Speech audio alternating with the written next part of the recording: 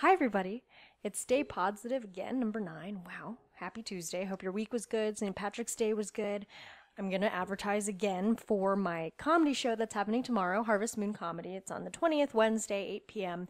Doors are at 7:30. If you haven't already bought tickets, I advise to go to the Eventbrite link in my Instagram bio, or Google Harvest Moon Comedy Show, Laces Bar, Laces, and I'm sure you'll find it online.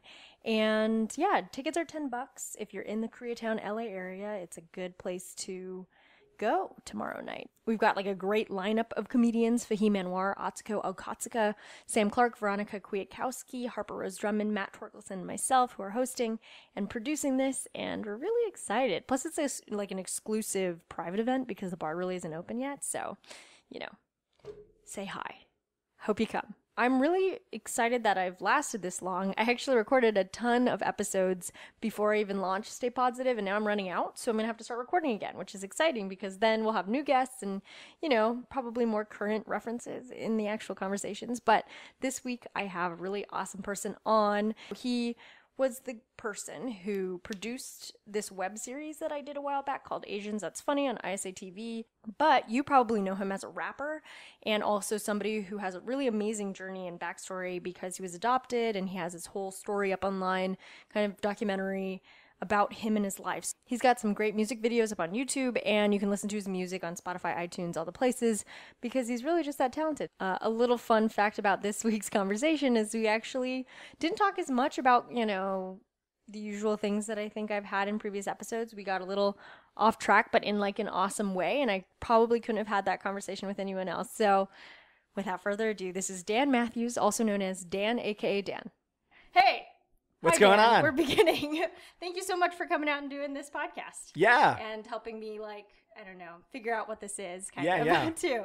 But thanks, Dan. I guess we met kind of because of ISA TV. Mm-hmm. But you're a very prolific rapper, producer, musician, so many things, wear a lot of hats. And I don't know, it's always been like such an inspiration because I think it's hard to find people that are like just doing it and working really hard all the time, and not really defined by like normal career norms, I guess.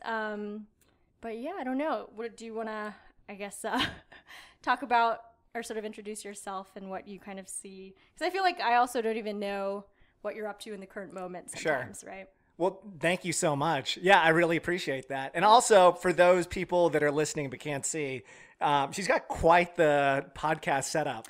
Oh, I've seen other people do podcast stuff, and this is like really advanced. Oh, really? Yeah, this is like really. She's got like the full mic setup. Everything's Amazon.com, Do they have are these mics specifically for podcasting? These, I bet they make Googled podcast mic yeah. on Amazon. I Amazoned podcast mic, and these did come up. Yep. But yeah, I feel like they could also work for other things, but because podcasting is such a hot market right now, people kind of tag their microphones as podcast worthy, but anything you can talk into and it records your voice. Sure. Is podcasting at a level now where there's just way too many podcasts? Oh, definitely. Especially from the comedian side. I bet that sure. There's so many comedians that are probably either just doing their own podcast or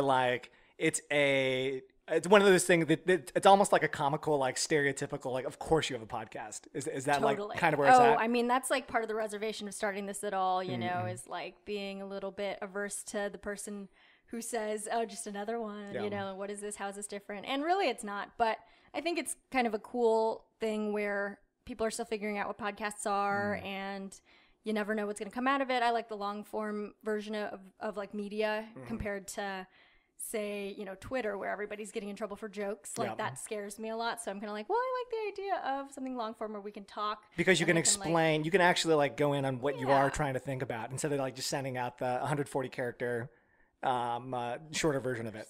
Yeah, there's more context. We're human, we're talking, it's our voices. Yeah. And then I get to talk to cool people for long periods of time that I probably we could get coffee, or we've gotten coffee before, you and me, but I feel this is another excuse to just actually ask people those questions you've been meaning to, and an excuse to reach out to people that I'm I don't want to bother them, but if it's a purposeful thing. See, no, I love that, because I also feel that when you have not that if we were just get coffee that I wouldn't be talking to you differently, but this actually provides more context to totally. the way that I'm talking about stuff would be a lot different than like me just giving you like my answer talking one-on-one at a coffee shop. Right. Yeah. There's like this expectation that, there might be an audience someday. Yeah. So you explain yeah. things. So this is a podcast about podcasts, right? We're just talking about so like podcast mics. That's the expectation these days. How to podcast. You got to make it to that next level, that meta podcast. Yeah. That's where we're at.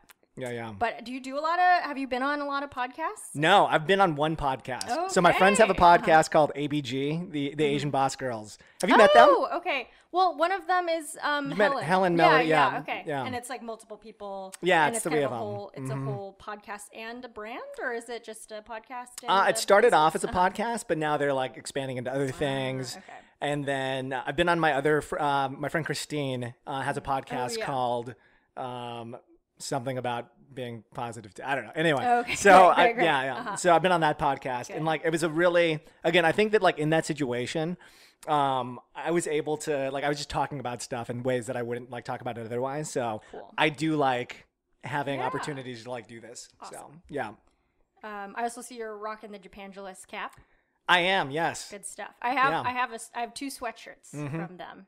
I don't know. That was just exciting. Yeah. So, all right. So this podcast is about like positive. We're pumping on brands. Yeah. We're pubbing other people's podcasts. Love all it. the things. But yeah, no, also It's about staying positive. a little bit. Yeah. I wanted there to Podsitive. be, positive because Yes. it's a podcast, so you can't just say positive. But I wanted there to be like, some central theme we could speak around, but generic enough where it doesn't limit us talking about everything. But I love to talk about life with people, I think, especially nowadays.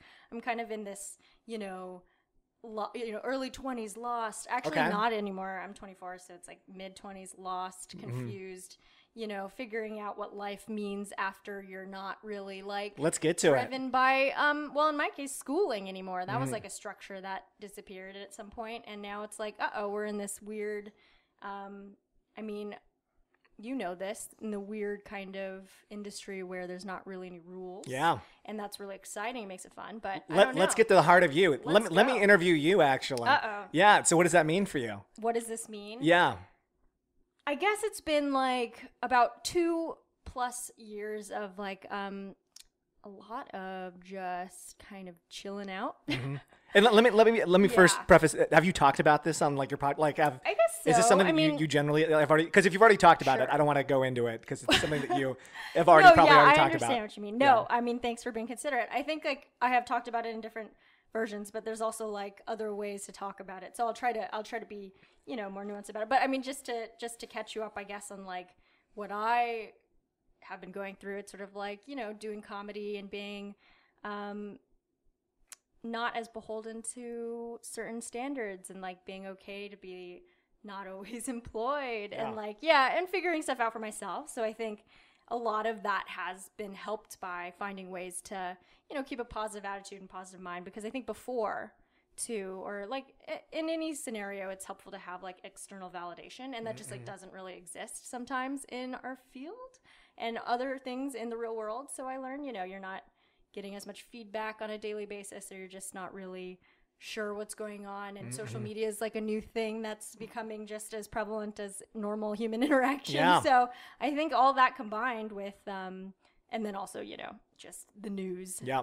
LOL, has been really helped by the fact that, finding ways to cope with stuff via talking it out with friends, or, doing meditation, or, I just bought a yoga mat, so maybe I'll do yoga someday. Love it. So all those wonderful things. And I guess, and people who I've talked to who have been in this for a while or been doing something a little bit less conventional for a while, I'm always inspired by like how easily they've kind of, outwardly appeared very easily like, marching on, Yeah. not affected by the standards that we hold so dear, I think, in normal society. So yeah. Yeah. No, I'm nodding my head for I'm just for, like for nodding. all you at home. Yeah. Yeah. No, I think that you right now at like your age are in a very different situation, because you definitely like grew up more with like social media, and like the things that like are validating your experience is like way different than like what was validating my experience when I was 24. And I think the 24 to 26, I talk about this with all of my friends. I think 24 to 26 are like probably the most for the types of people that we are going to be like the most, things are going to change so much over the next 3 years. I know for me, like when I was 24 to 26, like that's when a lot of like, I thought about things differently. Like you decide, you become a lot more like certain about the decisions that you make. And so for me, like when I hit 27, I was a lot more confident with like, I need to do this. I need to do this because your invisible timeline becomes a lot more like clear. You're just getting older. And so, but like 24 to 26, you're not old yet, and like you're still like your mid-20s, and like you can make a lot of mistakes. Anyway, so, but I think that like it's it's a tough. We're in a tough field, and yeah, I agree with everything that you've said. I bet everybody tells you the same thing. With like, it doesn't get better. I don't know, like with the way that you think about things, like it's always going to be a struggle of like stability versus freedom, and that's what you get. Like that's the trade-off. But you also get an awesome life. You get to like pursue what you really want to do. And I've got a lot of respect for you, especially like pursuing what you're doing. You're killing it. Like I think there's a lot of Asian Americans in our community that like really just stay focused within the Asian American community. And like I think that you do a really, really, really great job at like balancing both of those worlds. And I think that like you've been very associated like with our world, but like also like you're out there just on the day, like just grinding it out like within the non-Asian American world. And so I think there's very few people that do that and do it in such a you do it very respectfulully. So on it, like for as far as like needing external validation, like Sierra, you're killing it, man. Like yeah, great job. Wow. Yeah, very kind words. That's funny. It's because I feel like we. I mean, that's sort of like just a byproduct of stand-up because there's not a lot of Asian stand-up. So it's sort of like what we have to do does kind of go outside of the Asian world. But I've been so like, I think grateful especially in recent times, just because of the year that Asian Americans had, but for the community that is available, that is like here. And yeah, and I know it wasn't always that way. It's sort of this thing that's like, oh, thanking those that came before you. But the whole thing, it kind of now actually feels very community based, and like finally maybe that has been the case, but at least even to a greater degree, because I think people are seeing the value of Asian American community.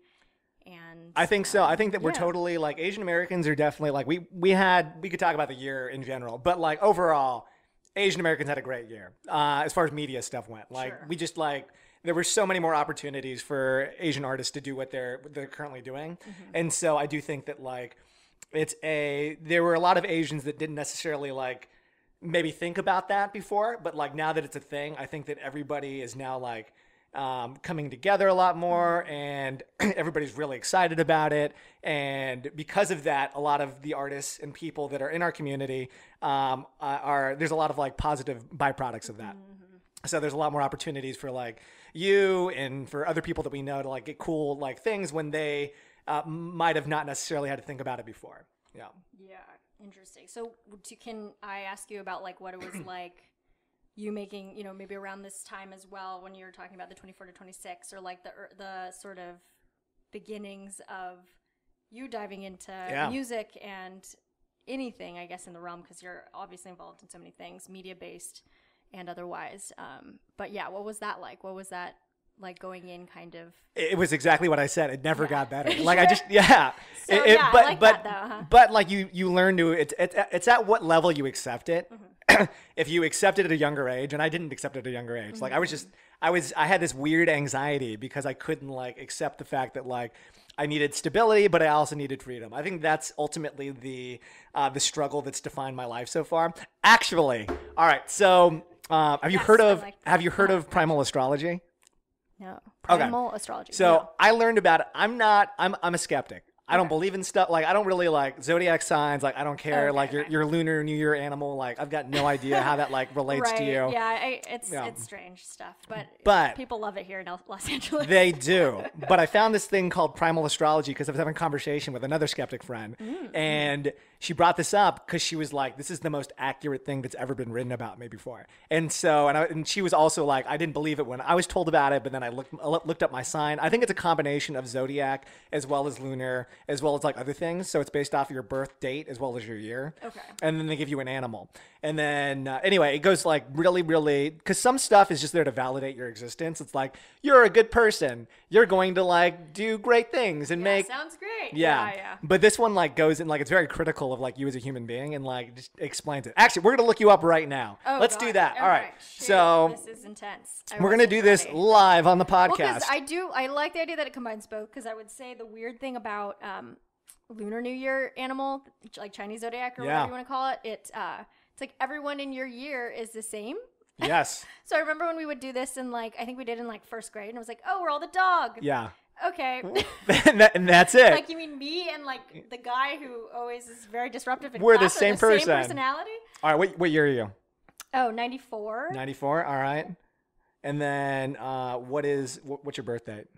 August 2nd. August 2nd. All That's right. for So everybody wanting to buy me a gift this year. so I don't even know what animal that is.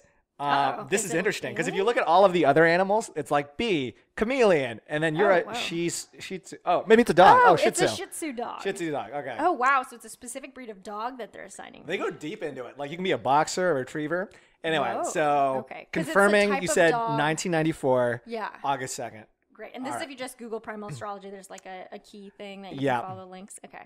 Totally not sponsored by them, but I just believe. Got it. All right, so you are a Shih Tzu, and it literally means lion dog in Chinese. So it's the only natural. So it's only natural that those born under the primal zodiac sign share the tropical sun sign of Leo. Is that true? Right. Yeah. So And that then makes you're sense. the So it's dog. a lion and dog, like Wow, just the yeah. intersection of those two guys. And then members of the sign are kind, loving, and generous. Their deepest hope is to Nice. play an integral role in making their surroundings better. This is almost always appreciated by others, but Shih Tzus also have a tendency to become bossy and can become moody to the point of acting childish if they don't get to Sounds be in about charge. Oh, okay. Interesting. Over time, Shih Tzus learn that they will eventually get what they want if they focus on giving instead of receiving. Anyway, it's kind of a long thing, but like Cool. Yeah, I'll definitely look that up. go in on it a little bit later on. But I am the sign of a coyote. okay. I'm a coyote, Ooh. and Wait, so are you also dog, or is it? I'm year of the intersection ox. two things? Okay, ox, and then what's your? I'm year of the ox, Gemini. Oh, okay, right. That's like a. Which actually, you know what? Now that I think about it, yeah, like actually Gemini. defines because Gemini's twin dudes. there's twin sides of you. Oh, okay, yeah. And then year of the ox is like naturally like a stubborn. I don't know. So Coyote. what they said about me though is ultimately going back to what we were originally talking about. Is this? It literally says like your life's purpose is that there's a struggle between like stability and freedom. Coyotes like want to be off and be independent and be on, but you also have this need to like have something grounded. And so, and a lot of your decisions are going to be made based off of like that kind of environment.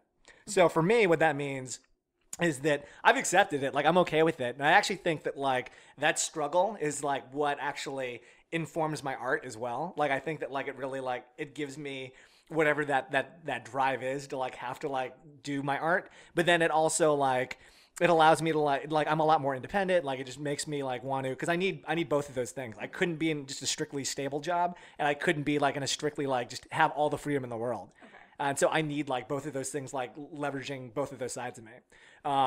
So for me, that's what it is. Do you feel the same way? Like, do you need, like for you, like, do you need that? I don't want to call it fear, but like, do you need that fear to like be driven? Oh, I see. And that would be like the stability part, kind of. Yeah, needing the But stability, then- but also like needing yeah. the freedom.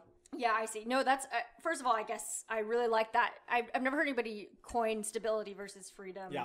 in that way. So that's really enlightening. I think, yeah, I mean, I guess I felt like when I was still a student and there was that much stability already built in, I was definitely like, oh, I just want to not be here and like have freedom, right? And then now that I'm like, okay, whoa, too much freedom, need to reel it back a little bit. So totally. And I wonder, I always just thought that was just wanting to find the middle, you know, as a human being, and everybody kind of felt that way. But I can see definitely never wanting to be too far on the stability side, and for sure that doesn't bother some people, you know. Yeah. And then of course there's the folks who are like freedom all the way. Yeah. Yeah. But yeah, that is a pretty I mean, I do feel like that is kind of a natural human thing, and then maybe it's just about finding where you land on that spectrum.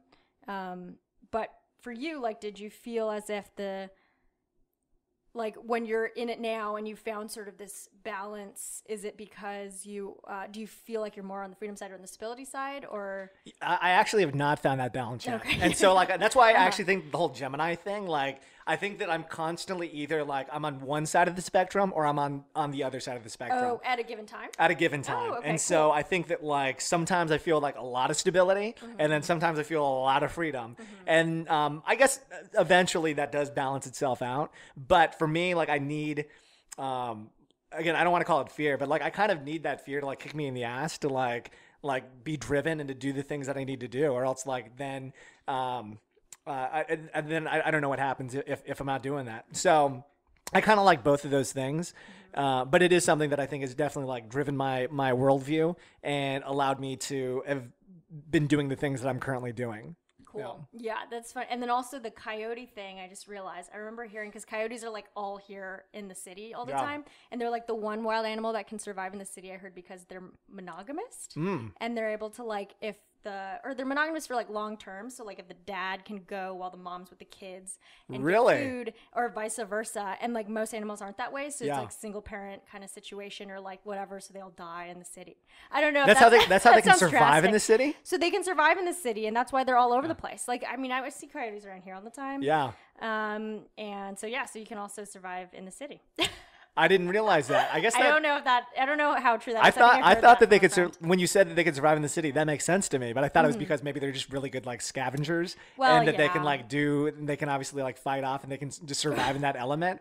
Yeah, maybe that too. Yeah. I'm sure it's all part of it. But yeah, maybe I don't know. But I guess surviving as a species though, being able to have that raise the children, exactly, all the good things.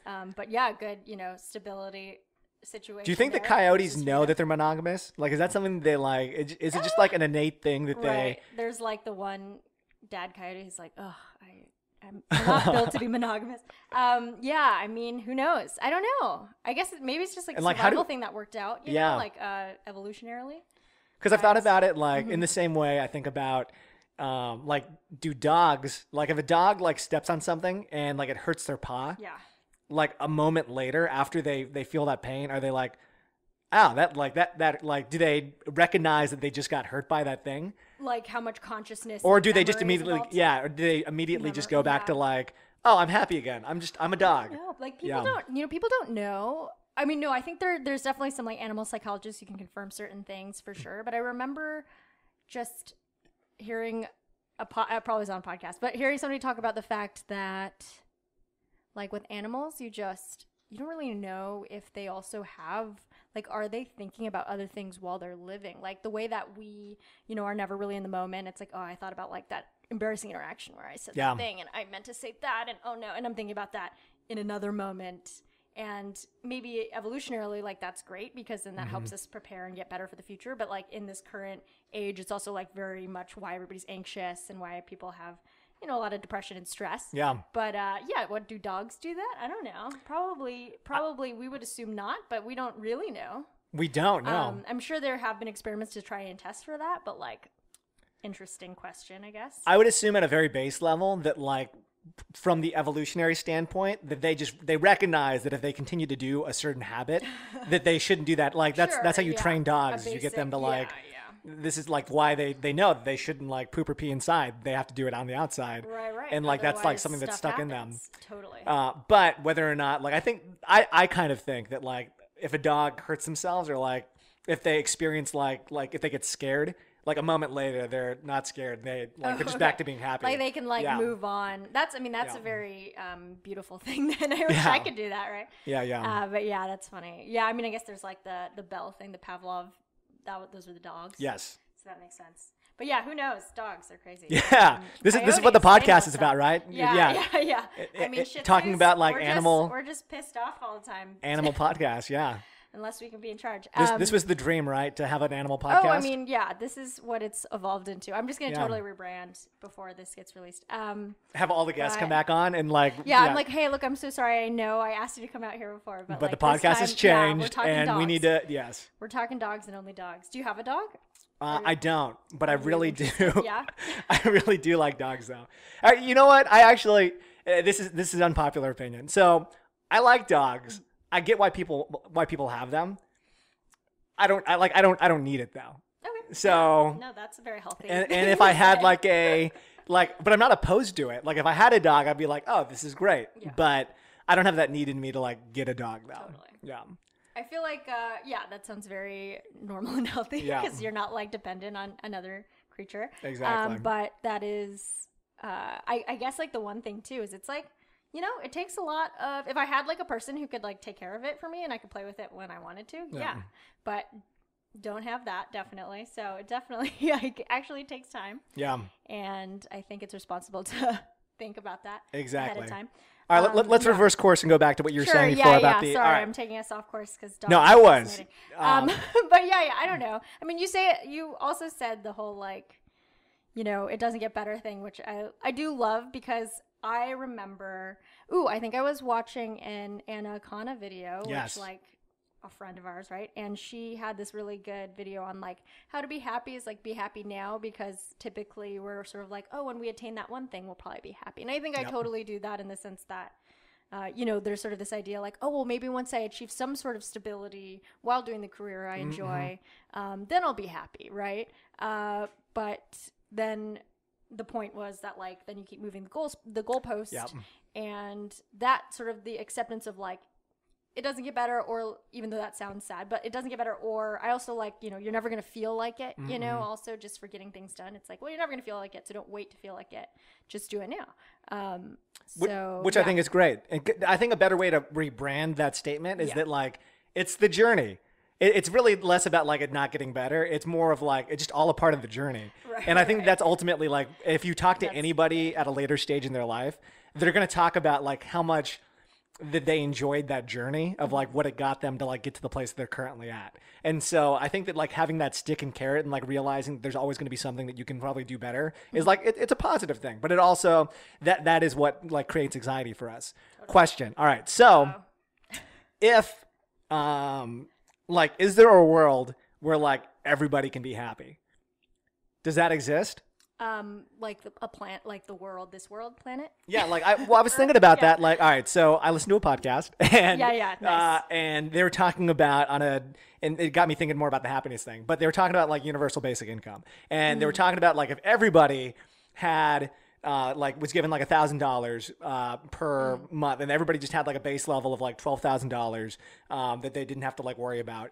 Like, would that how does that improve the world? And then if those people had that money, like what would they do with the time that maybe they weren't necessarily having to like work with that time? Would they be is that a positive thing for everybody just to have like that base level of stability? And then so that got me thinking about like, what about like base level like happiness? I don't know, like if everybody was like stable and happy, like is that a good thing? I don't know if that's a good thing or not. I don't have an answer for you, but big question. I feel like that's such a, especially now when there's such discrepancy, and in the US specifically, but it's like, there's the school of thought that it's like, oh, well, it's kind of like conservative versus liberals essentially right now, right? And so it's the whole, I feel like I would believe like, yeah, that sounds great. Let's believe in everybody, and like that'll be awesome. And I think it would be great if people didn't have to worry about all that, if that was taken care of. And I guess, I don't know, I'm thinking about income because you brought up the income thing, but I mean, if it's just like, do you think everyone could be happy at a certain point? Like, hopefully. But I don't know. It's weird because happiness is like a weird word too. And I don't think people were as concerned about happiness like a generation ago. Totally. Right? So yes, that's like a thing that's really like hot right now. And I wonder, I always like thinking about like what the textbooks will say, because I guess, history nerd kind of thought, but it is like, okay, when everybody's dead, who we know right now, what will the textbook say? So there's not any like personal tie to the story. And, maybe it'll be a thing where it's like, oh, everybody got really into podcasts and like really navel gazing, like, so I don't even know if that is as important as I make it out to be, because I'm in this bubble of like happiness is so important. And like, if you find happiness, you won't need all the money in the world, So. And how lucky are we that we can like I know. It's such a luxury, right? Like, I mean, if you talk to like our grandparents, they'd be Yeah. like, "What are you even talking about? Yeah, Like, yeah.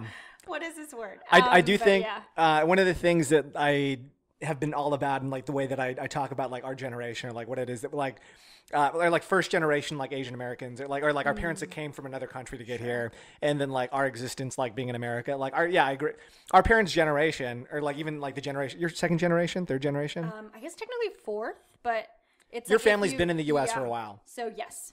Yeah. So even I would even actually generally say that like because your parents have been in the U.S. like for a little while, that maybe your parents had some time to like actualize. totally, yeah. They were able to like think more about like who am I? What am I Yeah, doing? yeah, uh-huh. Whereas like a lot of the first generation like Asian people that come from another country, like their purpose is just to exist. Like they just need to survive, and they want to like make sure their kids are like better. And so like, but their goal, like they don't have the time to like think about like what is happiness to me, like what is it? But we're in the position where we can like think about that, and so like, and I think that's why like lately mental health has been such like a big like I don't want to call it like a craze, but like it's just something that people are talking about a lot more. And I think that it generally has to do with the fact that like a lot of the technology's there where people can like speak out about like this thing, but then secondly, the people that are like in that position where they're like really going through a lot of stuff, like I think you hit that when you're like in your 30s, because you're like balancing a lot of like, am I stable? Am I free? Do I have enough? Can I provide for like, if I'm going to get married soon, like, can I provide for a lot of that? And so I think that a lot of people have grown into that age. Whereas like even the people that are like 45 or 50, like they were still in a, like they don't really necessarily like care about like thinking about stuff like that as much. But like our generation, like people that are 30, we're at the peak of the millennials, like we're like that's our story, like that's what we're all about as millennials. And so I think that like there's suddenly been a huge boom of millennials that are at that age now where like mental health has become a thing where we have to think about that. Anyway. Yeah, I mean, did you notice that in your own life, kind of? Like, did you have a point where you're like, because I almost feel like my vocabulary wasn't there at a certain point to be like, oh yeah, this is what I might be feeling right now. And like, I think also language doesn't necessarily cover all the feelings. Well, let me ask you, are you technically a millennial? Yeah. What are you? Yeah, Or are you I Gen am. Z? I think, no, I'm a millennial. I think I'm kind of at the tail end, Yeah. and then Gen Z is like pretty soon after, but there's so Okay. many different cutoffs, so who knows? But Right, I am right. a millennial, yeah. The reason I bring that up, listen to another podcast. Yeah, nice. Trend. But they talked about how like millennials we have this like issue where we think about like who is like what are we, and we want more like freedom and jobs, and like jobs that we really love.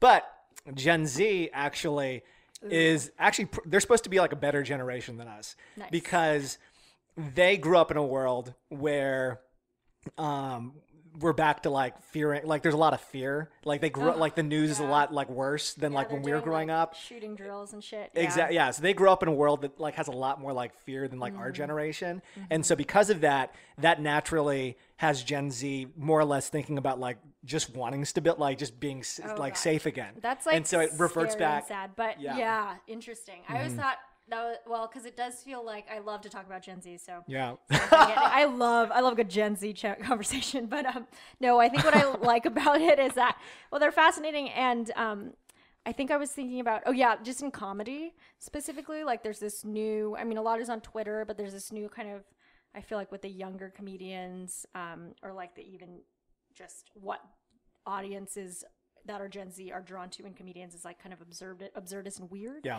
And I was just like, yeah, this is like strange. I mean, it's definitely different, but I think what it does feel like is it's if somebody just has seen everything already by the time they're like 12. Yeah. They just have had a phone and they've seen everything and they've watched every TV show. Yeah. Starting from decades ago, and then they're like, now what do I actually like, or Yeah. what haven't I seen before? And it's just bizarre to think like a younger generation could have actually seen more like in media, and you know, that's to take what you want from that. But So what does that mean it's for kinda comedy funny. then? Does that mean I so don't is that know. I mean, you say that they're more into like observational, or like more no, I into think they're just into like weird, bizarre stuff that Okay. I probably understand, but also don't sometimes. Give me an example. Well, I kind of think of like, do you know Eric Andre? Yeah. Okay, yeah. So I kind of feel like he's also appeals to everybody, but I think specifically that sort of thing is maybe, you know, very absurdist and like kind of like, whoa, what am I looking at? And for me, I mean, as a comedy fan, I have seen a lot. So I think seeing something different like that is actually very refreshing and like, and I like it as a result, and it seems very great. But say I didn't watch any comedy at all, and then it was like, do you like Jerry Seinfeld or do you like Eric Andre? I'd probably be like, I think I like Jerry Seinfeld better because it makes more sense to me, you know? But I feel like Gen Z is all like, we've seen it all. Yeah. Give us something more. Totally, yeah. But yeah, I mean, the stability thing makes sense too, and that's a little sad, but it does, yeah. I mean, welcome to the world, you know? Like these children who are just exposed to robot children, yeah. I'm all about. Would you have kids? I don't know if this is a big question. I know you're. Wow. And yeah, we can also talk about your adoption too, which is like very a separate story. Yeah. But very interesting place to come from, and then also I don't know if you're at all thinking. Sierra had all of these things that like she actually wanted the podcast to be about. No, I mean, and then we started talking about dogs and whether or not dogs remember things. Right? Do dogs remember things? And is Gen Z fated for stability? Yeah, and we totally are not talking about anything that Sierra wanted to talk about. I don't even know. It's fine. What I want doesn't matter. Is this how the conversations usually go? Or like, have you been mainly like when PK was here? Ooh, yeah. Like, did you stick to the structure of what you wanted? I mean, or did PK go off on like tangents? I mean, I think everybody goes on tangents for sure. And I kind of like that's why we have all the time, you know. Yeah. So I'm fine with it. I don't know. I guess like you know he I don't even know. I did listen to it again recently. Yeah, there were some tangents. Definitely talks. You know, he's PK. He has lots of stories. What Sierra's saying is that like they generally stayed on topic, and then sure. Yeah. I mean, you know, it's fine. I love it. So the kids question. Yeah. No, it's totally something that it's something that I think about a lot more, and especially a lot of my friends. I'm at the age now where a lot of my friends have kids or they're about to have kids. I think generally I've lucked out because I think entertainment industry in general, like the people that I'm surrounded with, all of our friends in like the industry, they end up getting married or like they have kids at a much later age because they're like they're focused on themselves and because that's basically what it is. It's me time. Yeah. And so like I think that my worldview has been influenced by the fact that like my peers or people that I look up to are like 38 when they have kids eventually, or like they're a little bit older. So that's been like, I think that I've been okay with like where I'm at right now because of that. But yeah, sure. I think that actually that like, and again, going off on the podcast tangent, I listened to a really great podcast recently about like the purpose of kids and the purpose of like marriage. Yeah. Whoa. And like, hot topic. And how like kids, like people had so many kids at like in hunter-gatherer situations, like people just had a lot of kids because they needed like more people to take care of like all of their. Totally. It was like it was a utility. Like that's why you had kids was to have like utility. People didn't necessarily like. The concept of love, like I'm sure was kind of there, but like this idea of like loving our kids and our family, I think is actually relatively like more recent. I think so. Yeah, I think that a lot of it was based off of like need, and then like after that, over the like the past like 100 years, or like for like I don't know, like 200 years or so, then like kids became more of like a loving thing, and like you really wanted to like have like provide for them and do all these things. Yes. Yeah. Whatever, skin to skin contact or whatever people do. Yes. So yeah, but it's funny because I think back to like what my great grandparents and then their kids or whatever. It's like, yeah, there's no really like relationship there. I mean, there is, but it definitely feels like it's like, oh, but then and then we barely kind of talk to them, and then like, yeah. And there were 9 of us. You need to have 9 kids because 5 of them might die from like. Oh God, yeah, just a numbers game, honestly. Yeah.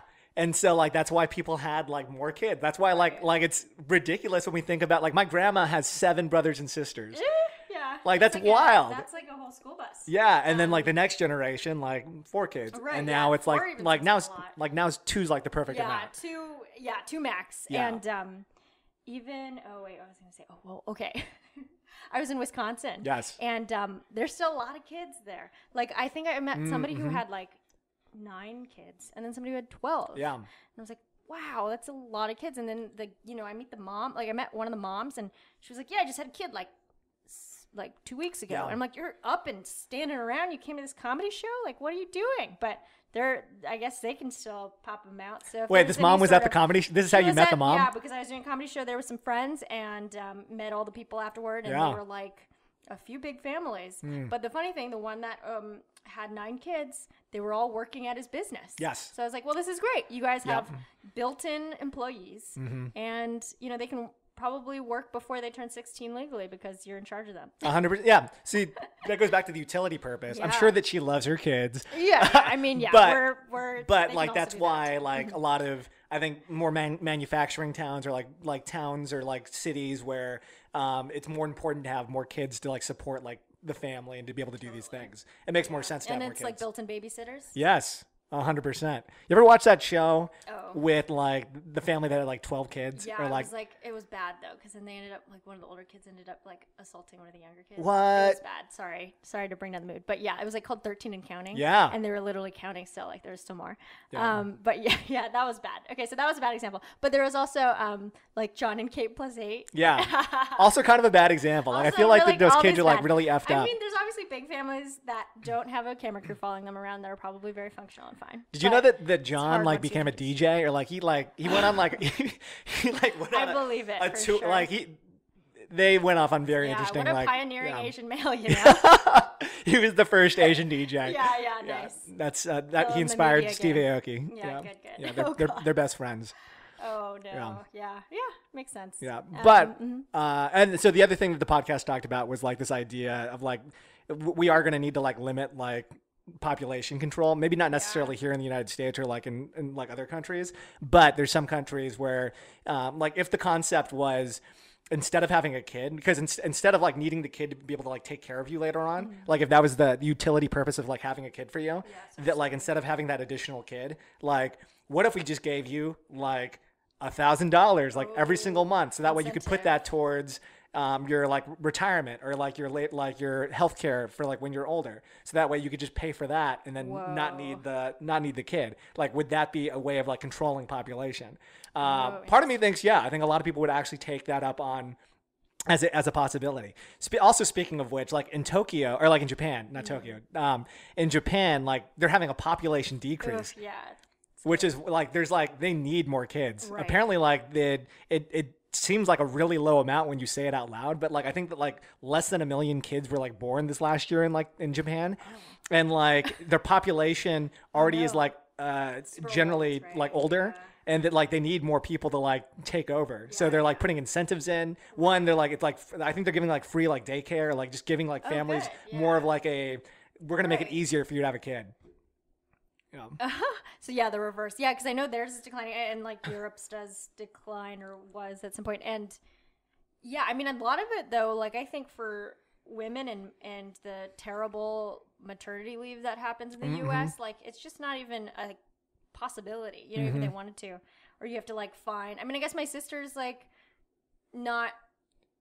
Well, I don't know. Everybody's bugging her about having kids, but that doesn't mean she actually wants to have a kid. But I think she's married, you know, so it's definitely like a possibility at some point too, because they have jobs. But then also, it's like, what would like she has a commute in the morning. She's always like, I mean, I literally have to like find another job. At some point, there was like she had a worse commute, so it was lucky she got this close commute. It's like all these things that just are not really conducive to it. So why even bother, as terrible that sounds, right? Like there's not as much incentive for people because the workforce isn't great for it. And I think a lot of it is archaic stuff from like, back in the day when, you know, it was one parent would work and it was the dude and then the lady would stay home anyway. But now it's not the case. So like really need to update our ways of being able to make that a possibility. But I don't know. I mean, the daycare thing seems like a good call, though. Yeah, I'm sure there's things that like could be put in place that I'm trying to think about, like whatever the negative, like how that would end up being a negative thing. I guess we would just need more money. As like it's a tax thing. Then you just have to like tax more. Yeah, like, well, because there's terrible Social Security in general, right? For like folks, or like Social Security is kind of a pyramid scheme where like you buy in and then like you see if it's gonna pay out by the time you're that age. And like for us, I definitely don't think it will. Or it already isn't, right? Like most people. So, well, we lost, but so that is weird. But it is weird that we don't take care of our older folks. You know, it's on your family completely. What if you don't have a family? What if you know your family can't take care of you? Are you because your family is several generations into the United States? Is your family under the like? Do you have? Is there the expectation that like when you get older, your parents are going to move in with you? A lot of Asian Good families, question. That's like yeah. built in. Yeah. you get to like 50 or 60, your parents are like 80, I don't know, and then you like Right. the parents move in with you. Yeah, yeah. I mean, I think that's still like totally a possibility. I would say actually it hasn't happened with their parents. Their parents, one of my grandmothers is still alive, and she like lives in her house. She's like 96. She has like a helper, and so and then she has 4 kids. So then they each see her one day, 4 days, Yeah. or actually 3 days because one kid kind of out of town. But then she comes in and takes care too. So Yeah. so it's sort of like a team effort. But she stays in her house, and I think that makes sense too. That's the positive nature of having more kids. I know. Yes. So I'm like, well, then everybody can take like Yep. a couple days, and that's like not as huge of a deal as like all the days. Yeah. But I mean, yeah. So she hasn't moved at all. And then my dad's side, he was in a home for like a bit towards the end, and then so like that's also a possibility, I guess. But also that's if you can pay for it, right? Yep. So they were like there's 3 kids, and then they kind of all that was sort of like what he saved for too, So yeah, so I mean I think it's totally a possibility too, but I wouldn't because it hasn't happened. I'm not sure if that would like. I don't think I've like thought about that as much. Totally. But I think if like my grandparents had moved in, I would have Yeah. been like, oh yeah, I guess that's the deal. And like we know a lot of families who are like that because Asian, but also just generally that's a thing. Yeah, because a lot of I bring it up mainly because of I've got white parents, for those of you Yes. who are, and I grew up in more of a Western like community, and like it actually, when I look at like any of my worldview of like that situation, generally the parents like they don't move in with the kids later on. And so, but a lot of my Asian friends with first generation parents, the grandparents definitely move in with the family. Right. They're like clearing out the bedrooms now. Yeah. I think all of Yeah. those things basically just reaffirm what we were talking about with if you had $1,000 to just put towards your like retirement. Yeah, you could. Yeah, you would need Invest less that. kids, and then you could just use that towards like maybe that is Social Security. I don't know, like just having that money later Put it on. in the home. Yeah. The home fund or Yeah. like helper fund. And then you don't need I know. kids. Yeah. You don't need kids. Get rid of those kids. Yes. But yeah, that's a fascinating thing. I guess like, yeah, I don't know. I mean, that's the other thing because you also don't know how you're going to be towards the end. This is all really heavy stuff, but like for sure, if there's other people who, if you have like a dementia situation, that's going to be a lot more difficult and harder for your kids to lean on. You're going to lean on your kids more. And then some, like my grandma was pretty self-sufficient. Like she is old now, so it's like a little harder, but and she's got like a ton of grandkids, and then she has some great grandkids now. It's crazy. So then like we can all at least kind of be in there, but also if you are far geographically from them, then that's a whole thing too. Yeah. So who knows? Exactly. But do you think you would you take the money? I don't know. If it existed, or I don't know. I think regardless of whether or not I would take the money, I definitely would want to still have kids. Though. Right, yeah. So maybe it would limit the amount of kids that like I would ultimately fine, get. Well, but how do they measure that? That's the question. Because it's like, what if you're bluffing? You're like, I want to have 18 kids. I guess you're gonna have to pay me $18,000. they would. I'm sure that they would have a way of. Maybe there's like a device that they would put into the woman and. To measure how many kids, yeah. Who knows? I don't know. That's a little scary. Okay, I don't know. There's like this movie on Netflix called What Happened to Monday, and it was about like them limiting the child to the like one child policy situation, but specifically it was also in a world where they had some malfunction where everybody was having like quadruplets, so they had to like trade places. That is like, fascinating. one person. Actually, we're 4 people. It was an interesting dystopian thing. But I need to watch that really quick. I need to use the restroom. Oh yeah, Can we pause? Yeah, all right. I'm back. And we're back. Yeah. After that short commercial break. Yeah. Is that where all the advertisers come in? I know. I haven't. What's the one that I'm a big fan of, like the podcasting, like how they do their ads. I think podcasters like have done it. Like there's some people that are like really really creative. Because the ones that are my favorite are the ones where like it seems like they don't care about the product at all, and they just talk about it and they just like riff on the product. Like the name or something. I listen to like podcast Pod Save America, and at the beginning, like whenever they do their like advertising breaks, they just talk about like the product, but like in a really like offhand way, and you could tell that like they don't. They're like we have no opinion. Sure, yeah. Like I kind of see a little bit. Yeah, I mean, most of the time samples are sent, right? So then they kind of at least do have some relationship with like, oh, I slept on this mattress. But I'm like also like because like you know how that what kind of, is it the Casper mattress or something that gets advertised all the time? I'm like, did you actually like get a whole mattress and then swap out your existing mattress just to do this ad? But I guess if it's that good and it's free. I like to think in a dream world they did. Yeah. And then also the Quip toothbrushes. Oh yeah, I hear my boyfriend bought those. I was so because mad. of a podcast. Oh, I'm sure. I don't know. You think so? I don't know. I'm sure because he does listen to podcasts. That's right. But I was so mad because I'm like, we can get, because my dad is a dentist, so I'm like, we just get all the toothbrushes because you could ever want. Like, yeah, I mean, sure they're not Quip. Yeah. But like, I was very like, we wasted so much money. No, wait, does your father endorse Quip? Like, is Quip a good thing? I don't even know if he knows about it. I think from my does your mom does your boyfriend like it? I think is Quip a good thing? I mean, I don't know. It's just like it's like electric toothbrush kind of thing. But I don't know. I just think all these things. I'm like, or actually, what my parents have to say is like just the normal one that you brush with your hand is probably the best because then you're I mean, I don't know. Tried and true. Yeah. We haven't been brushing our teeth for centuries, but now we are, and now this is what we do. Only because you have the toothbrush. You had to get the Quip before you could start brushing your teeth again. Exactly. Yeah. I respect that. That's fair. But yeah, what were you going to say about the Quip? Oh, no, that's it. Oh, just that So back to population control.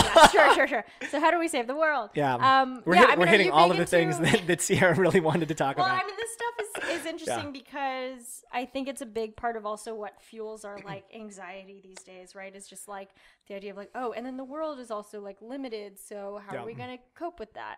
And I think that's like and they interview these Gen Z kids, back to Gen Z, is like, that's on their mind a lot. And they're like children, but they're like, well, on top of stressing about the fact that like I might get shot at school, I also worry about the fact that like plastic's going to kill everybody, you know? Like, so I think there's a lot of that plays into all this kind of general stuff, even though on a personal level, it might feel not applicable, but like, it does feel applicable now. I don't know. My two thoughts on that. The first thing is, so if like our media just became like, if you basically could be in a situation where you actually were like numb to like a lot, or like you didn't like hear about all of these bad things, it was still happening. All of these things were like still existing, but like, you just didn't, for whatever reason, like you just don't hear about it. Like it's happening, but you're just like, you're dumb to that fact. Like, is that a world that you'd want to live in? I kind of like, I'm trying to think about whether or not like, are we generally in like a worse world than like our parents did back in the 50s or 60s when like there was only like 3 news stations and like everything you heard was basically the only information you were getting? Like, are we that much better, or is it like, are we actually like in a different world and like things are like actually a lot worse now than they used to be? Right. Yeah. People, I think, ask that a decent amount because there is so much sensationalizing. Yeah. But I don't know. I mean, that's a good question. I think to a certain extent I do tune out and I don't even mean like, well, I used to get like the pop-up notifications from the news, and there's a time where like, this is going to stop. I can't do this anymore. So to a certain extent I do live in that world. And then to a certain extent we do live in that world because like in the US or like whatever you want to call it, or like in my little bubble of like being me, like I definitely am already on that spectrum somewhere, right? So but like I would think I don't even know what that means. Like I think that things are like, I think some things are worse now, but then also like a lot of things are like a lot better, right? And so, but like, and then when you look back in like, I don't know, the 70s or 60s, like I'm sure that like stuff back, like some of the stuff was probably a lot worse than it is now, but some of the stuff was probably a lot better. Like environmental or like just general living? Like as a very basic, like silly example, base level example, like Halloween, like kids could just walk around whenever they wanted to, and they could just go like to parks and like they could just walk around the neighborhood and like just do Halloween. And it was a lot. I don't necessarily know if it was like safer, but like generally people were like a lot better with just having their kids go out. Now it's a lot more controlled. Like people aren't. Racism still exists, but to the extent like where it was a lot worse for people of color, like back in the day versus now. Like some things were, so some things were like worse then, things are better now for like that. People are more controlling. I see what you mean. Yeah. Cause I think there's a lot of talk of like, I mean the news definitely, but also as it's human nature not to notice things getting better or like to, and I think that's just cause we get adjusted to the norm and then we're like trying to keep our standards high and work towards, getting even better. We don't want to be complacent, Yeah. but for sure, some things, you know, we forget or like don't appreciate, like, oh yeah, actually things are better. And, you know, that's maybe we don't have to be so scared to, you know, send our kids out to walk down the street or whatever. Still scary. But like, it's so funny because I remember a friend's dad saying that when he was like 6 years old, his parents, like, again, it's sort of the thing with the relationship where maybe they didn't really care that much either. Yeah. But then they let him like bike all the way down to the city, and like he was 6. Yeah. And like, what is it? What do you? You're biking and you're 6, and then you're like going to meet some man to like work somewhere. I mean, it was bizarre. I mean, it was fine, right? Thank God. But it's just funny how different things are, and for sure, like we're a little bit more like it's kind of the helicopter parent thing is. So would popular. you? So if you had the option of just like Totally not have, but it still exists. I don't know. Yeah, I don't think so. Only because it would just feel so. Like, I think to an extent, But you also wouldn't feel that. like. But you also wouldn't like feel that need, like you need to know. You would just you just be without it. Well, then, yeah, but then I don't know. It really is just ignorance is bliss. Like you just like go around like, oh, okay. Yeah, I guess so. But then that's sort of like a whole question of like, well, then does it exist? You know, I don't know, right? I mean, I think I'm thinking like. It's like when people worry about like dying. It's like, well, hopefully, as I'm, you know, it's not painful, whatever. But then if you're dead, hopefully you aren't aware you're dead. Yeah. Sort of like that. No, totally. Right? And I guess that like you and I are in more of a position where like again we're self-actualizing like all the time. We're thinking about who we are like all the time, and like that's just the nature of like who we are as people. But like if there was a world, and like I guess that would just make you a completely different person. So I guess Sierra right now wouldn't be able to answer that question. Like Sierra right now, like that's not something that you would want to do. Right. But like different Sierra, like Sierra in a different world. Totally unaware, like erase your memory kind of thing, like Men in Black. Like, okay, well, you didn't know about Men in Black because you erased your memory. Exactly. Yeah.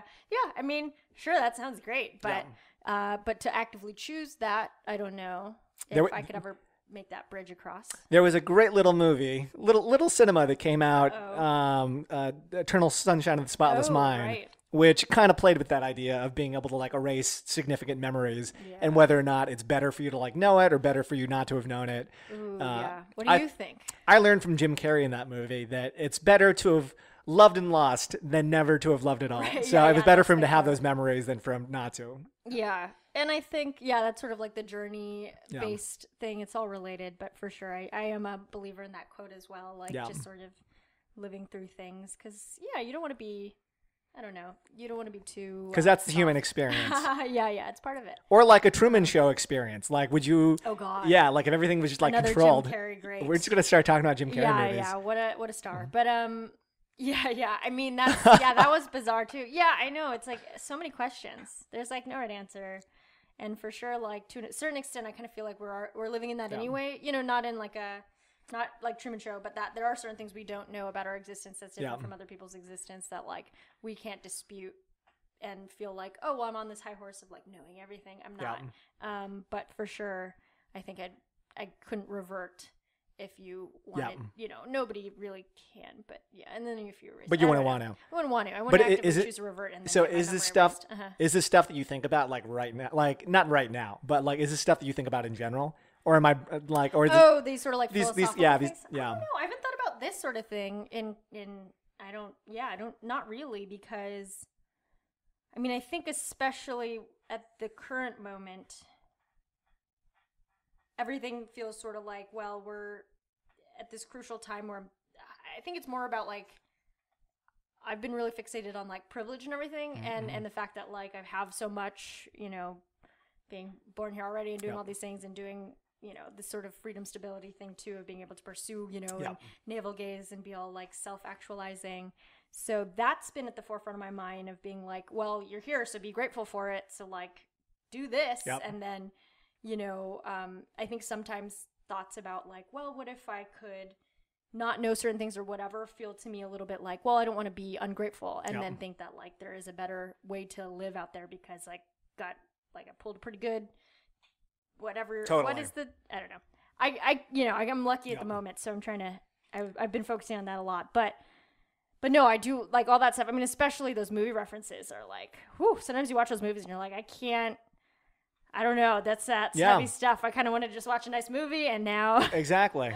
But Now but but thinking, it definitely drives into like I don't know if I was necessarily like thinking about this stuff at like when I was 24, but like it's stuff that I'm thinking about right now, and I don't know whether or not I would have been thinking about it. Like if somebody had given me the option to think about this stuff at like 24, 25, like would it have like where would that have? I'm not sure if like any of this is like tangible advice that like you're getting and you're like, oh, this is going to like, and I'm not saying it should, but I do wonder whether or not like it's something that I think about now, and that I think that is, if I have like any advice or like thing to say about the world, like that's my thing to say, or like that's what I'm thinking about now.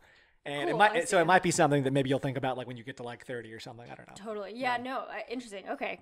Good to know that that's like what you're, yeah, because I think sometimes people do tell me things or give me good advice, and like, you know, and it does make sense, or like, but then it also makes sense in a different way, like later on too, just the way that like you're at what moment in your life you're at, and I'm like, oh, now I get it even more. Like you're in the shower and you're like, oh, I get that joke, you know. Totally.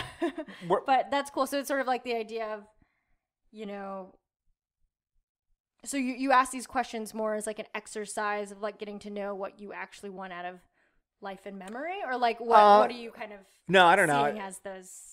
I guess I just bring it up. It's stuff that I think about now. Cool. And that I don't think that I was thinking about it when I was like 24 or 25. I wasn't having the existential like moments that I'm currently having when I was younger.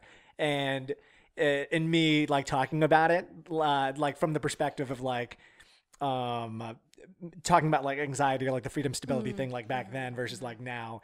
If this is stuff that like is interesting for you to think about like in your life. Totally. Yeah, I mean, all this stuff. I think it's also like that is now, as we talked about, like with everybody kind of that being the hot thing right now. It's just like we're all wanting to kind of examine, you know, live the examined life or whatever.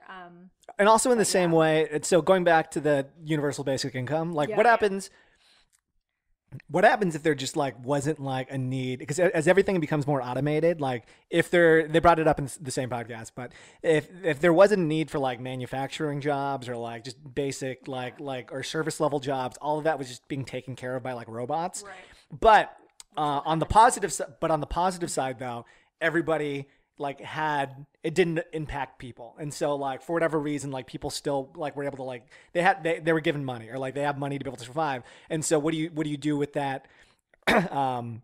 So does that mean everybody becomes like professional podcaster? Like what do they do with like, so after that happens, like what is the purpose of work? Like what do you what if work become? Does everybody just become artists, and like then like art becomes commerce, and like that's like how we that's the entire like existence of like our economy. Like it's something that I think about too in that level. Cool. That is cool, because I think whenever we talk about the whole like automation taking over, it's just this scary thought of like, and then everybody's going to be unemployed.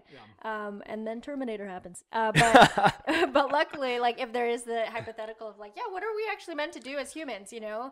And you reach a certain point where like you have kind of evolved where you're able to not do a lot of those things, just in the way that like industrial revolution made a lot of things more, gave a lot of people more time too, even though it was also really terrible. But that's a scary thing. I think like, well, I think I talked about this a lot with sort of just the idea that like, I think a lot of us are really scared about what it will do, and then like there's such a already very clear like, oh, Amazon's taking over, and like Jeff Bezos is really rich, but yet the people who are like delivering the packages have to pee in bottles because they're not given any breaks.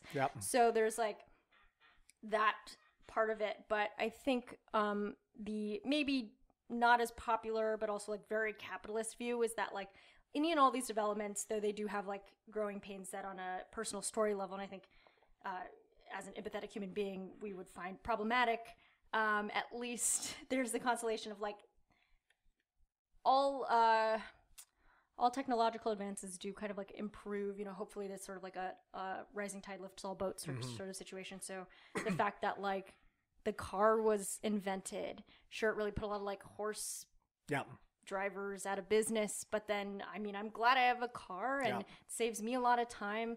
Then I go to the grocery store, and then like hopefully then you can like contribute back to society in a way for that time that it saved, even though yes, the horse industry died. I don't know, like that's like a weird example, but I think that's sort of like what people who are in that robotics industry who everybody's like, dude, just stop working because we're gonna die. Stop working. And then they're like, no, but actually, you know, if I make this robot arm really efficient, like we're all gonna have so much time because we don't have to like, I don't know what I feel like we have all the technology, but yeah, we don't know what we don't know yet. So I do think there's that. Yeah, I 100% think that like there is a there's no tangible way to like I think provide an example of like a similar situation of like when automation becomes a thing. Right. But I think it's going to be so vastly different, but it will be excuse me. So we don't know what that is yet, but it will be at the same level as like the car and horse example. yeah. So it will, because people unfortunately, some people, it is going to enfranchise like a lot of people. Yeah. But the next generation that's growing up that already acknowledges that this stuff exists, they're going to be growing up in another kind of world, and there's going to be something that's different that they have to like think about at that moment, whenever that happens. Yeah. And hopefully like have the resources to do so, kind of thing. Speaking of which, isn't it like crazy that like I think about my grandma and the fact that like she grew up in a time, like she went from like no TV to like virtual reality in her lifetime. Isn't that like wild? Yeah, wow. Because it's like, isn't it like watching her like use a tablet is like the most fascinating. I'm like, that's so fucking cool that you went from like not having anything like this to like being able to read a book on a tablet. Like, isn't that like wild? Yeah, I mean, that's hilarious because I feel like my grandma doesn't know how to use a lot of things. I'm like, oh, but it would be cool. But yeah, that's cool that your grandma knows how to. But just the fact that like that exists like in her time frame. That like what are we gonna see kind of at that age too? Like I don't know like what much changed. Yeah, like it's very possible for us though that. I don't know if whatever the next generation of the next thing, I think it's going to be amazing. But like, I think that we're already with the mindset that like technology exists and that like something like this, like there's a world that like lives that we can already like see. Being able to like grow up in a situation where there's no TV and now virtual reality, like those are, you don't even think that something like that could ever exist. Totally. Because that's like the technological revolution or whatever we want to call it, information age or whatever. It just like was exponential and everything. Like, I don't know if it slows down at any point, but yeah, it is wild. That's hilarious. I think it's funny thinking about how like when the TV came out, people were like, it's the devil. Yeah. It's taking away everything. And like, okay, now we're fully surrendered to our phones and everything. But I mean, do you what do you think about social media and everything that it brings? I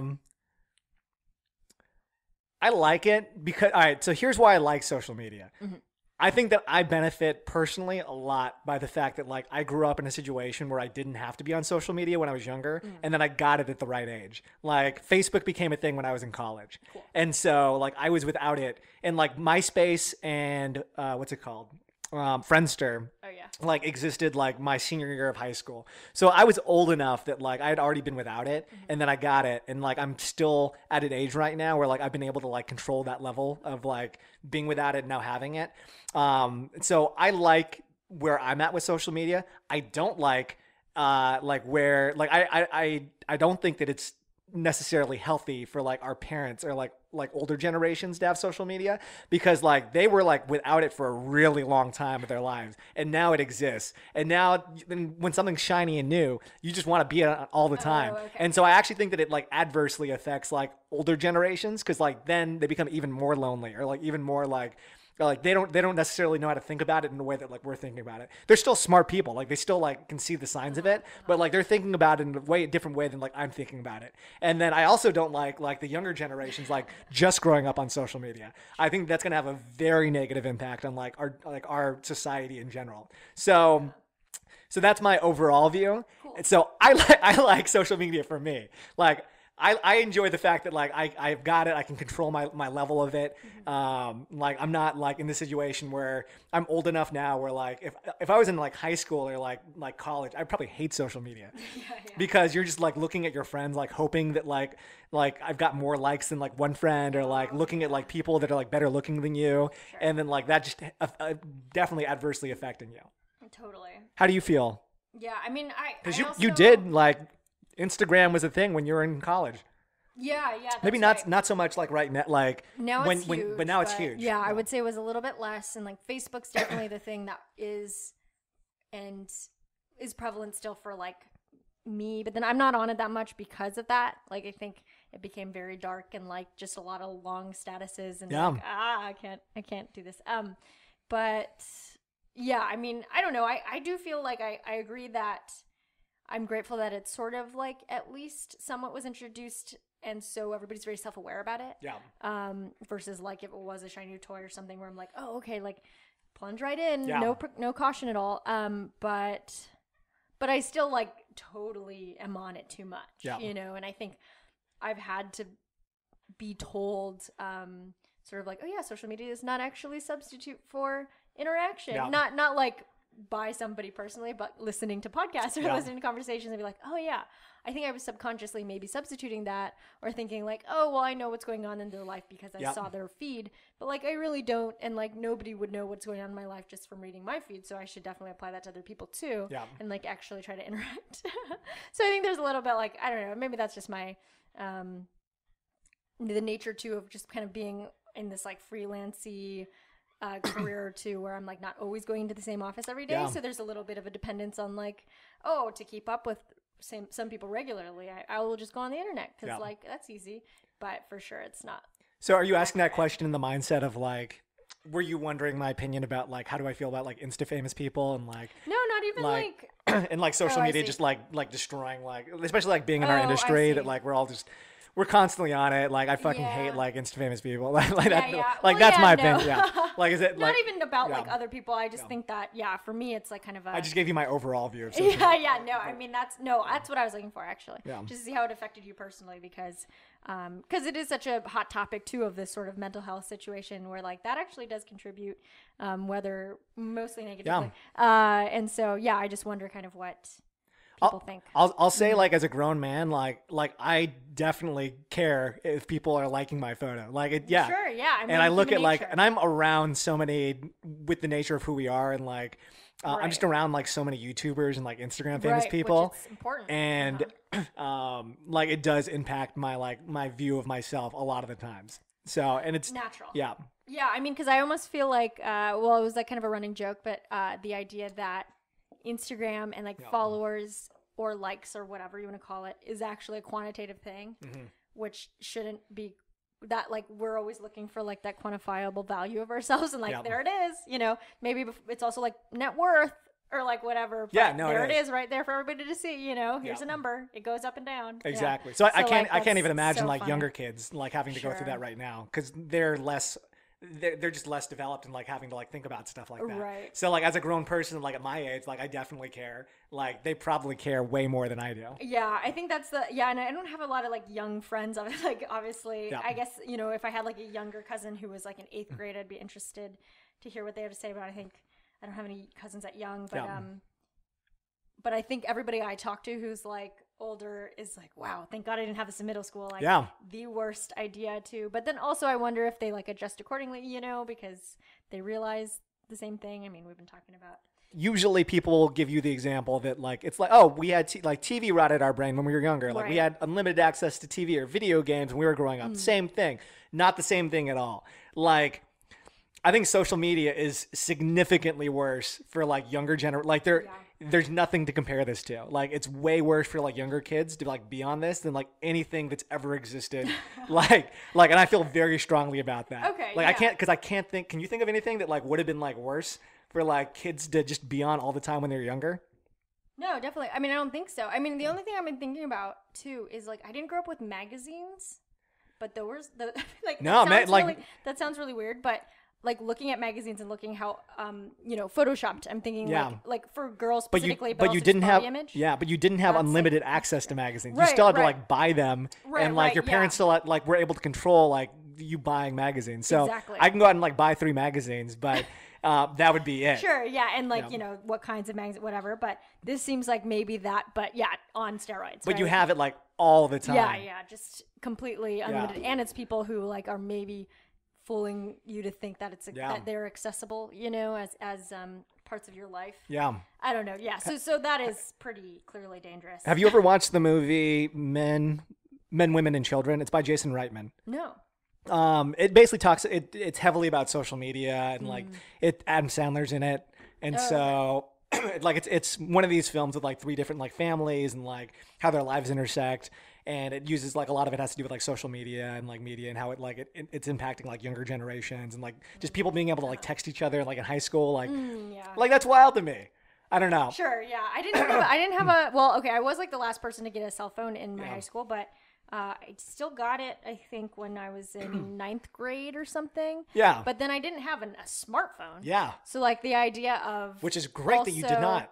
Yeah, and I know friends who did, and it was sort of a thing, too, where, like, you could check your... Oh, I remember this. You could check your grade. So, like, the minute teacher inputted the grade, so, like, I would often, like, oh, God, I gotta look, such a nerd. But then I also heard other schools had the same system, but instead they also had their rank in the class, so your rank would update.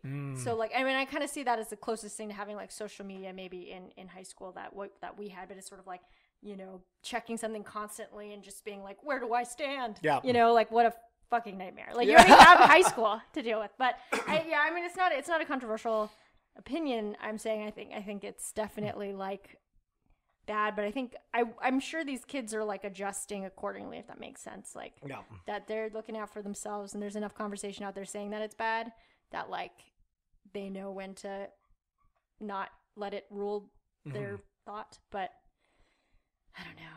It's even wild. now, I'm so affected. I can be affected by it, and like I don't even notice. And you're a fully developed person. I try to think I am. Yeah, and so that's why it's scary that like non-fully developed people, level, totally. that have that level of access to everything all at once. Exactly. Yeah. But I mean, so here's kind of like the conclusion question, even though it can also expand.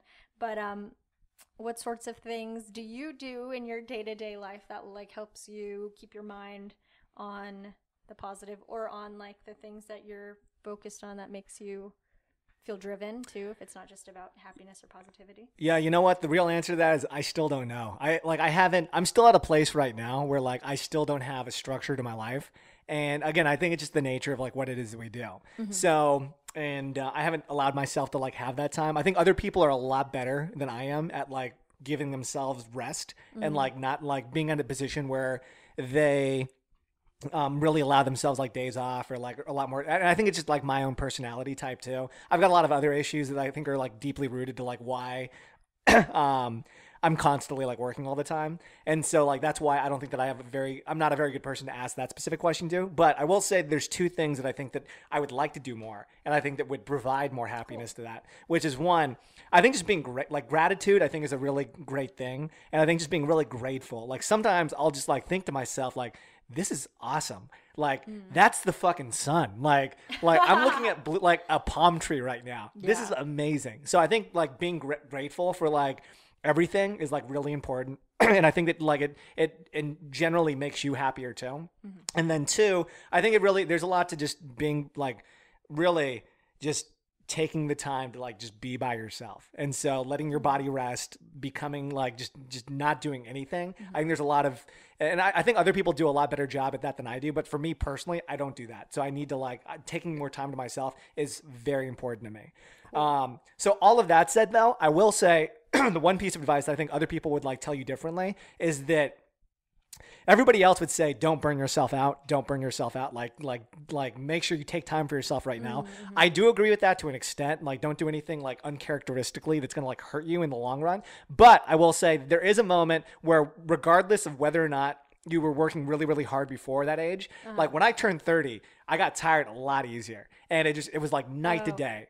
And that like you should burn yourself out right now. Like you're at an age right now, and this is what I tell like some of my other like people that are around your age, or like people that I've worked with, that like burn yourself out right now, because no matter what, like regardless of whether you like work really, really hard right now, you're going to hit 30, 31, and then you're not going to be able to like, you're never going to be at the same pace. And so use that energy right now, because you do notice it. It's significantly different. Like I don't want to do anything ever all the time. Like that's my attitude towards a lot of stuff. And I was gonna that's gonna happen. That's inevitable. Sure. So like burn yourself out right now. Yeah, go at an even faster pace actually. Okay. Yeah. Anyway, I don't think I go very fast to begin with, so I'll pick up the speed. No, but yeah, okay, that's good to know. But yeah, I have seen that before. I have like thought of that in my own mind before too, because sometimes it's like all this prepping for the future. Yeah. And then it's like, well, we don't know what we're gonna be, so might as well just like do what you gotta do. Hell yeah. But yeah, I gotta do more. Yeah. As usual. But thank you. That's a good thing to say. I feel like I don't hear that advice as much, right? Because it's like, well, I don't think. Yeah. That's great. Totally. Cool. I think that's all I really want to cover, unless you have anything else or anything you want to plug or specifically speak on. No, I really no. This was a really fun opportunity. Really happy that we got to sit down and talk about stuff. I think that maybe what I need to do actually is just like invent like a podcast, just so I can like talk to people like this. Oh, I mean that's actually what I need to do. Yeah. Because this is fun, right? Like, I think it does create a different, space. As we said, like, it's like, it is harder to talk about these types of things just like on a one-off thing. But if there's microphones in front of your face and you're like, ooh, we really got to create interesting stuff for people to listen to, then you kind of have that extra fire. Totally. And less of the social pressure of being like, I guess I got to talk about the weather. Yeah. So yeah. And we talked about some like vastly different things during this podcast. Right. It'll be an interesting one. Like, it's definitely like, I don't know if people got to know you, but they got to know how you think, which is more important, honestly. It is, yeah. Mm-hmm. That's I think that's the most I could say the base level stuff about me, but like hearing the way that I think about stuff. Yeah. That's actually very true. Cool. Yeah. So maybe your podcast will just turn into this, and I mean, fine. I'm happy for it. Yeah. But yeah, I'm Dan, aka Dan. That's my social media on everything. Alternative rap, and I really love comedy and everything. And Sierra is awesome. Sierra's killing it right now, and again, she does a really great job, I think, at like balancing both of those worlds, which not a lot of people do. So respect. Well, thank you, Dan. You rock. Have a good day. Cool. All right.